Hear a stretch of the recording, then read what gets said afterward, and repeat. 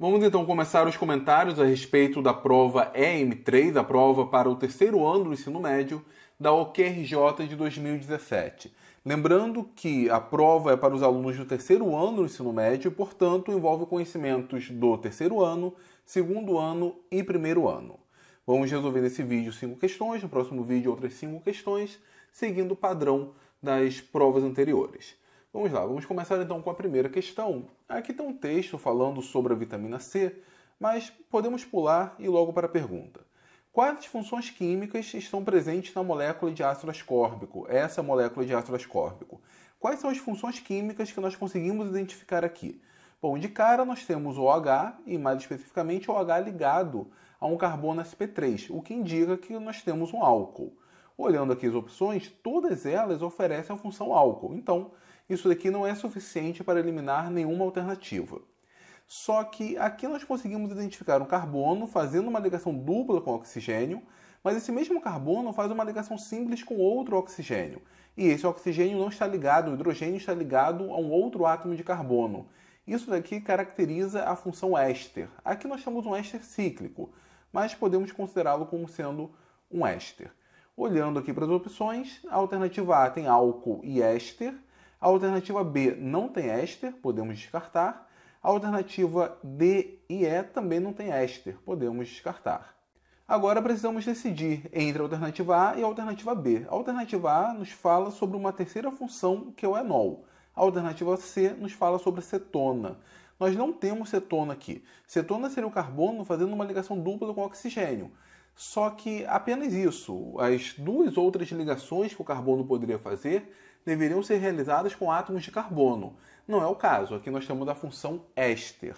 Porém, aqui nós encontramos o OH ligado a um carbono que faz uma ligação dupla, ligado a um carbono sp2. Isso aqui caracteriza a função enol. Então, a alternativa correta nesse caso é a alternativa A. Fizemos então a primeira questão, vamos para a segunda, também uma questão de química orgânica. Tem aqui um texto preliminar, mas passando direto para a pergunta, quantos isômeros óticos essa molécula possui? Para nós identificarmos a quantidade de isômeros óticos, precisamos inicialmente identificar a quantidade de átomos de carbono quirais. Esses átomos de carbono são átomos de carbono com 4 substituintes diferentes. Então nós podemos identificar esse átomo de carbono aqui, ele está ligado a 4 substituintes distintos, CH3, OH, o restante da molécula e o hidrogênio. E esse átomo de carbono também é um carbono quiral. Esse átomo de carbono não é um carbono quiral, nós temos 3 substituintes iguais, e esse daqui também não é quiral, ele está ligado apenas a 3 substituintes. Então, se eu tenho 2 átomos de carbono quiral, significa que o número de isômeros óticos será 2 elevado a n, onde n é esse número de átomos de carbono quiral, no caso 2. Eu teria um total de 4 isômeros óticos. Existiria uma possibilidade, caso eu tivesse um plano de simetria na molécula, a porção da direita fosse similar à porção da esquerda, por exemplo, de ter o chamado composto meso, mas não é o caso nessa molécula. Nós teremos um total de 4 isômeros óticos. Portanto, a alternativa correta também é a alternativa A. É a única que nos oferece 4 isômeros óticos. Partindo então para a questão 3, também uma questão de química orgânica.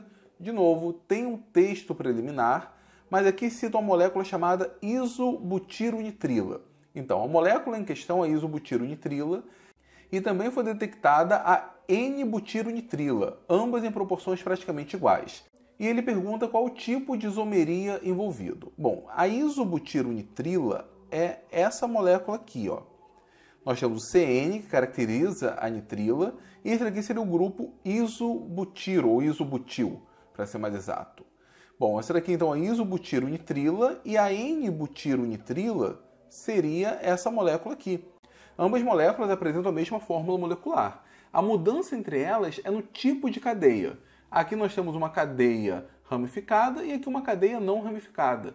Isso significa que o tipo de isomeria presente entre elas é uma isomeria de cadeia, porque nesse caso o nome da isomeria está de acordo com o que faz com que uma molécula seja diferente da outra. Nesse caso, o tipo da cadeia. De novo, a alternativa correta é a alternativa A. Não temos um caso de tautomeria, não é isomeria de função, não é isomeria ótica e nem é isomeria geométrica. Vamos então para a questão 4. A questão 4 já não é mais de química orgânica, é uma questão de radioatividade. Aqui fala sobre o uso do carbono 14 para a datação arqueológica com base no decaimento radioativo. Ele pergunta qual equação representa o resultado da desintegração nuclear do carbono 14. O que acontece? Se nós olharmos aqui as alternativas, todas elas levam em conta a liberação de uma partícula beta. Uma partícula beta é uma partícula bem interessante. Ela corresponde a um elétron. Isso significa que, quando nós temos um núcleo instável, um nêutron acaba se decompondo, libera um elétron e no seu local acaba restando um próton, né? Porque o nêutron viria da combinação do elétron, do próton e de um neutrino. O que acontece? Quando o núcleo então sofre um processo de desintegração beta, nós temos a manutenção do número de massa, isso porque na prática nós trocamos o nêutron por um próton, então o número de massa não se altera, porém nós temos um aumento no número atômico, simplesmente porque trocamos o nêutron, colocamos um próton, ganhamos mais um próton nesse caso, portanto temos uma unidade a mais no número atômico. Bom, olhando aqui as alternativas, em todos os casos, o carbono 14 libera uma partícula beta. Só que assim, ao liberar uma partícula beta, o número de massa permanece inalterado. Então, se nós olharmos as alternativas, apenas a alternativa A mantém o número de massa inalterado. E além disso, a modificação no número atômico está correta. Temos um número atômico com uma unidade a mais. Então, a alternativa correta para a questão 4 também é a alternativa A. Vamos então para a última questão desse vídeo, a questão de número 5. A respeito da radioatividade, é correto afirmar que partículas beta são, eu acabei de ver, as partículas beta correspondem a elétrons altamente energéticos ejetados do núcleo. Nós temos um nêutron, esse nêutron acaba se decompondo em um próton, num elétron, que no caso nós chamamos de partícula beta, mais o neutrino. Então a alternativa correta também é a alternativa A. Então as 5 primeiras questões dessa prova, a alternativa correta é a alternativa A. Bom pessoal, com isso então eu finalizo esse vídeo e no próximo vídeo veremos mais 5 questões.